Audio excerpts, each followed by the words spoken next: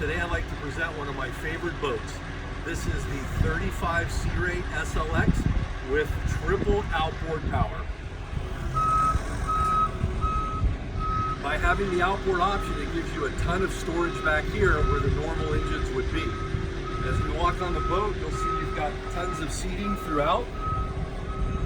You've got a massive sure shade that'll cover all the way to the back so that when you're lounging here, you have shade from the sun, which is a very nice feature. As you come onto the boat, you'll see you've got a full wet bar here with grill and refrigerator. Lots of seating throughout the boat.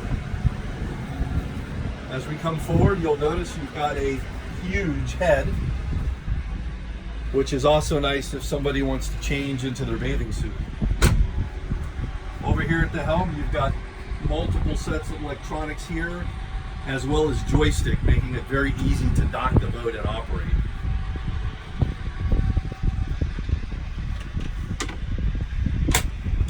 Here you also have a berth in case somebody wanted to get out of the elements or maybe take a little rest.